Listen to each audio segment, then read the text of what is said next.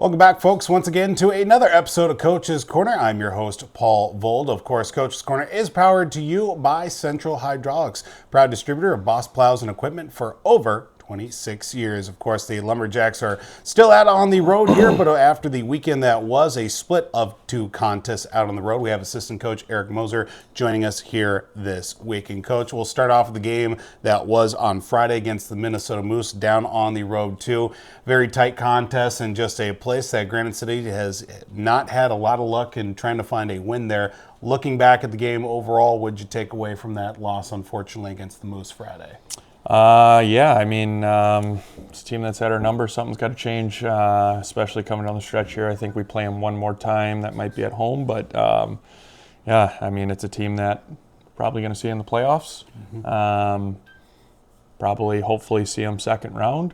We just got to change, get better, and have to get up for those games because we've struggled against them, lost the last 5 against them. So got to figure something out, got to make a change. Yeah, of course, now with a change, of course, you take that into account with that being an unfortunate loss out on the road. Quick turnaround once again, then you head to Wilmer on Saturday, which was fortunately a win too. Very tight contest. Wilmer has definitely picked up things over the season here with a rebound victory, 6-4 it was for you guys. Difference from Friday to Saturday, what did you see there from the coaching side of things? We were obviously better offensively, being able to put the puck in the back of the net. Still wasn't great in our own zone. Something that we have to sharpen up, and that's kind of a philosophy we always live by here is defense wins championships. Our goaltending needs to be better. Our defensive zone needs to be better. And if we don't sharpen those things up coming down the stretch before playoffs, it's going to be a long, first weekend for us in playoffs. But we just need to get better, and it's up to the guys whether or not they want to do the right things and take care of their own end. And I think if we do that, we'll be just fine. Of course, taking care of things in your own end, one thing that has been a bit of a misnomer down the stretch here for the team, with it being on special teams, being on the penalty kill. Few of those goals given up in the last few contests have come on the power play for the opposition too. Of course, it's something to address there with just taking care of things in your own zone. But how do you really clean things up? Of course, one big thing is staying out of the box, I would imagine. Yeah, staying out of the box. Don't be selfish. Don't take stupid penalties. Something that we've also kind of been struggling with as of late. Just got to get everybody on the same page, be one well-oiled machine, and just making sure guys see the light at the end of the tunnel, what the important factors are from here towards the last game of the year, which is hopefully down in St. Louis for a national championship. But we just have to be better as a whole. It hasn't been great. Something's got to change. PK has kind of been our bread and butter first half of the year. Going into the second half, have gotten off that a little bit. Guys need to sell out, block shots, do whatever they can to help each other out. And until we start doing that, we're going to be in the same kind of revolving door of being 500 right now. Yeah, we also mentioned too, of course, now at this point of the season, coming into the final few weekends, with it being really a grind at this point. You've seen it, of course, as a player, now as a coach. What do you see here from maybe some of the veterans on the team that, kind of need to step up, or maybe even some of the younger guys that could definitely fill in some of the gaps for the team? Yeah, I think leadership can be a little bit better. Our voices need to change in the fact of don't yell at each other, but pick each other up, tap each other on the shin pad, and go after it your next rep, shift, game, whatever it may be. We just need to stay prepared and be ready to go for playoffs. Whatever it may be, and a lot of it is really little stuff, but just got to come together as a group and prepare ourselves. And these final remaining weekends are going to be the ones that really get us rolling in the right direction. Now's the time that you really want to get hot going into playoffs. So hopefully we can string together a couple of wins, get everybody on the same page, playing the right way, playing into our systems, and good things will happen. Of course, got one game coming up here this weekend. Going to be out on the road again, taking on Wilmer. I'm sure going to be a real nice change of pace at this point, too, to kind of get a little bit refreshed with just a one-game weekend. But, of course, we've addressed a few things that need to be looked at here with this week of practice. Anything else you kind of really see to really tighten things up here with another tough contest at Wilmer this weekend? No, I mean, it's going to be, obviously a little bit longer of a week getting that Friday practice in, but it's just all preparation. It's enough of the individual play, enough of the individual accolades. Everything's got to be about the team, for the team.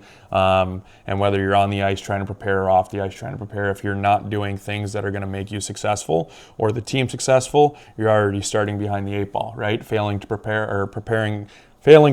is preparing to fail. So we just got to make sure we stay sharp and do the things that we need on and off the ice to be ready. Of course, Granite City will be in action coming up this weekend on the road at Wilmer. But of course, from this past weekend, a little bit of a brighter note. Last weekend, clinched a division playoff spot, but now you clinched the actual West Division regular season championship too. Another box checked here for the season. Has to feel nice. Yeah, I mean, obviously you want to celebrate the little accomplishments and have a little bit of fun with it, but there's a bigger goal in mind, and that's to win another Fraser Cup. And so, celebrate, have a good time after that Saturday night win, knowing that we locked up the division. But, we're not really celebrating at all, right? It's that kind of 1 hour bus trip where you get to enjoy it for a little bit, and then it's back to work on Monday because we have a bigger thing that we want to win. So, it is what it is. It's just another, like you said, just another check box for us, another step of what we wanted to accomplish this year. And hopefully that's something that boosts our group up and gives them a little bit more confidence down the stretch. Assistant Coach Eric Moser joins us here this week on a Coach's Corner. Again, Granite City back on the road coming up here Saturday at Wilmer. Stay up to date with the full schedule for your Granite City Lumberjacks by going to na3hl.com. We'll step aside here for a break. More Coach's Corner comes your way. Coach's Corner is powered to you by Central Hydraulics.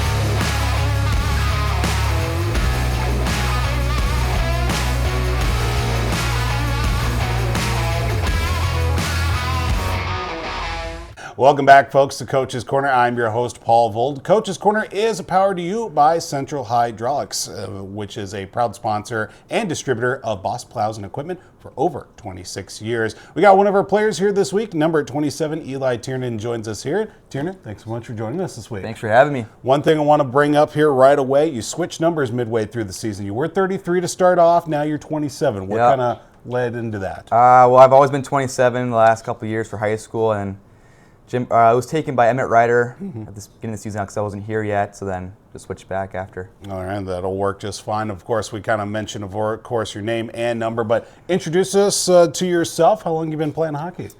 Well, I'm Eli Tiernan, number 27. I've been playing hockey for 16 years now, since I was 3. So, yeah. And, of course, we'd like to mention with all of our players, too, at least ask, why Granite City? What kind of led you to come to this program? Matt Hall talked to me after a St. Cloud game. He just liked how I played, and I followed with you guys last year. I came with you guys to Fraser last year, and I loved it, so I came back. Absolutely, and we appreciate that too. Of course, we'll talk about this past weekend, splitting a couple of tough matchups on the road. They're still out on the road. Friday night, it was a tough loss against the Moose, 3-2 loss. It's been back and forth between that team all season. Just can't seem to find a win out on the road against that. What do you remember from that contest that just unfortunately didn't go the Lumberjacks' way? That goalie's got something up. Probably shouldn't swear, should I? You're fine. But he I don't know, he always stops our shots. We get a lot of shots, but he's always stopping them, so. Yeah, of course, with that, you take that, unfortunately, a regulation loss, so you get nothing in points-wise out of it. Then you carry it over to the game against Wilmer. Another tough contest. They have something a little bit different about their team this season, but you get a win. 6-4, It was had to feel nice. What do you think about how things kind of panned out from Friday night into Saturday? We bounced back for sure. Got a lot more shots. I think it was like 50 to 20 shots that night, I'm pretty sure. Yep. So that helps a lot. We switched the little lineups a little bit, so then that kind of got things moving a little bit too. So that definitely bounced back from that. So. Yeah, of course, with capturing that win, and of course how things leveled out of the West Division with everything that came out. Clinched the West Division regular season title too. I'm sure it feels nice for the boys to get that, but one more box to check before getting the big one. Exactly.